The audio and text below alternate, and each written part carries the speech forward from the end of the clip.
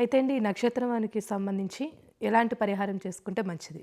అలానే ఈ నక్షత్రంలో కూడా వీరి మంచితనానికి, వీరు చేసేటువంటి సహాయ సత్కారాలకి, ఎదుటివారి యొక్క బాగు కోసం చూసేటువంటి నక్షత్రం కాబట్టి వీరి మీద ఏదైనా చెడు క్రియలు జరగొచ్చు. అదే. మన చుట్టూ ఉండేవారు వీరి మీద ఏదైనా చెడు క్రియలు చేసేటువంటి ఆలోచన ఉంటుంది. అలాంటి చెడు క్రియలు మనకి ఎలా తెలుస్తుంది అంటే, మనలో చిరాకు, అన్నం అరగదు, తినది తెల్లేరు, అలానే మన ఫేస్లో ఎక్స్ప్రెషన్స్ మారిపోతాయి. భార్య బిడ్డలు దూరమవుతూ ఉంటారు, భర్త దూరమవుతూ ఉంటారు, చెట్టుకోలు గుట్టుకోలు అవుతూ ఉంటారు, ఎంత పని చేసినా ముందుకు వెళ్ళలేరు, ఏదో ఒక పట్టి పీడిస్తూ ఉంటుంది. అష్టదిబ్బందన మనకన్నా ముందెళ్ళి కూర్చుని దేవతను మాట్లాడడానికి వెళ్తే మనకన్నా ముందే వెళ్ళి కూర్చుంటుంది ఆ దారిద్ర దేవత. మనం ఏ పని చేస్తున్నా ముందుకు వెళ్ళదు. ఎంతైనా చేయండి ఎదగలేం మనిషి జీవితంలో. మనకి ఆరోగ్య సమస్యలు వెంటాడుతూ ఉంటాయి, ఎవరితో మాట్లాడామంటే గొడవలు అవుతూ ఉంటాయి. ఇలాంటి సిమ్టమ్స్ ఎవరికైనా ఉన్నాయంటే అది జాతకంలో తెలియదు. అలా ఉంటే కనుక ఖచ్చితంగా మనల్ని సంప్రదిస్తే దానికి పరిష్కార మార్గం అనేది వేరే ఉంటుంది.